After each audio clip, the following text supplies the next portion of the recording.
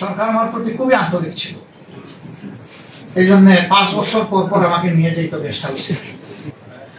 সুতরাং আমরা যখন বারবার জেলে যাই, এটা বড় সৌভাগ্য। আমাকে অনেকে জিজ্ঞেস করে, আপনি কি চিকিৎসা কাজ করতে পারেন? আমি পারি, জেলে গেলে পারি, বাইরে থাকলে পারি না। এই সময় পাই না, আর আমার প্রয়োজন হয় না, কারণ আমার থেকে আরো অনেক স্কিল পার্সোনালিটি সমাজে রয়ে গেছেন সার্ভিস দেওয়ার জন্য। কিন্তু জেলে গেলে সেই আমার মানের লোক নাই সেখানে। মানুষের যে কি পরিমাণ ভোগান্তি হয়, যারা জেল এক্সপিরিয়েন্স করেছেন তারা এটা বলতে পারে। আমি জেলকে আমার জন্য অনেক ব্যাপারে অপরচুনিটি হিসাবে নিয়েছি। শাস্তি হিসাবে নিলে শুধুই কষ্ট পাবো, দরকার নাই। আমি নিয়েছি অপরচুনিটি হিসাবে। সরকার আমার প্রতি খুবই আন্তরিক ছিল। এই জন্য 5 বছর পর পর আমাকে নিয়ে যেত গেস্ট হাউসে। আমার নিলে বলতো যে বহুদিন পরে আপনার আতিথেয়তা আমরা ব্যবস্থা করেছি, তাড়াতাড়ি আপনাকে আমরা ছাড়বো না, থাকেন, আমাদের সাথে থাকেন। আমি সেইভাবেই এনজয় করেছি, আলহামদুলিল্লাহ। আমার কষ্ট লেগেছে, ওই জায়গাটায় বহু মানুষের সাথে আমার সাক্ষাৎ হয়েছে। একবার 82 বছরের একজনকে ওয়েবার দিয়ে তাকে মুক্ত করে দেওয়া হলো। সে বলল যে আমাকে এখানে কবর দেন, আমি যাব না, আমার যাওয়ার কোনো জায়গা নেই। 37 বছর ধরে আমি জেলে আছি। কেউ দুনিয়া আমার বেঁচে আছে কিনা আমি জানি না, তবে আমি নিশ্চিত আমার কোনো ভিটামাটি নাই। কারণ প্রথম দিকে আমার মামলা তদবির করতে গিয়ে, কার্যক্রম চালাতে গিয়ে আমার ভিটামাটি সহ সবকিছু বিক্রি করে দেওয়া হয়েছে। জেল অথরিটি বলতেছে আপনাকে তো আর 1 ঘন্টাও রাখতে পারবো না। আমি যাব না, আপনারা রাখেন না রাখেন, আমি থাকবো এখানে। সে চিৎকার করে কাঁদতে শুরু করলো।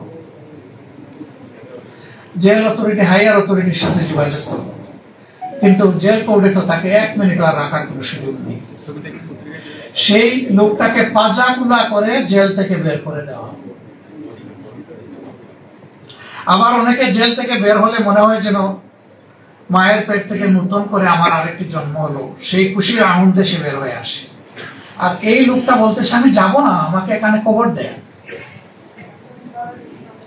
সেরকম বহু লোকের সাথে সাক্ষাৎ হয়েছে, আনডিউলি সে ভিক্টিমাইজড হয়ে বছরের পর বছর জেলে আছে, কিন্তু তার জন্য বলার কেউ নেই, করার কেউ নেই।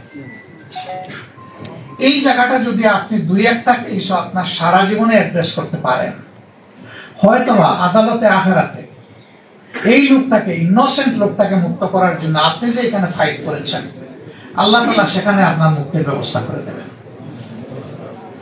এই অনুভূতিটা অন্তরে নিয়ে আপনারা পারবেন। আমি দোয়া করি, আপনাদের উপর আমার আস্থা আছে। শুধু সিদ্ধান্তের ব্যাপার, শুধু একটা উইল ফোর্সের ব্যাপার। সমাজে অনেক জায়গায় অসঙ্গতি আছে। এই অঙ্গনটা যদি রিস্ট্রাকচার করা যায়, রিফর্ম করা যায়, এটাকে যদি ক্লিন করা যায়, সমাজের অর্ধেক যন্ত্রণা অটোমেটিক্যালি দূর হয়ে যাবে। আর বাকি যে অর্ধেক থাকবে আমরা সবাই মিলে দূর করতে পারবো ইনশাআল্লাহ।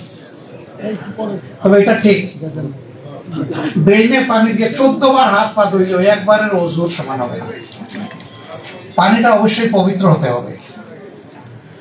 এই জন্য সঠিক রাস্তায় হাঁটতে হবে। সঠিক রাস্তায় হাঁটলেই সমাজের মুক্তি আসবে, বেঠিক রাস্তায় হাঁটলে কখনো আসবে না। আমি হজ করতে যাবো, মস্কোর প্লেনে উঠলে তো আমার মক্কা যাওয়া হবে না, আমাকে জেদ্দা অথবা মদিনার প্লেনে উঠতে হবে, হজে যেতে হবে।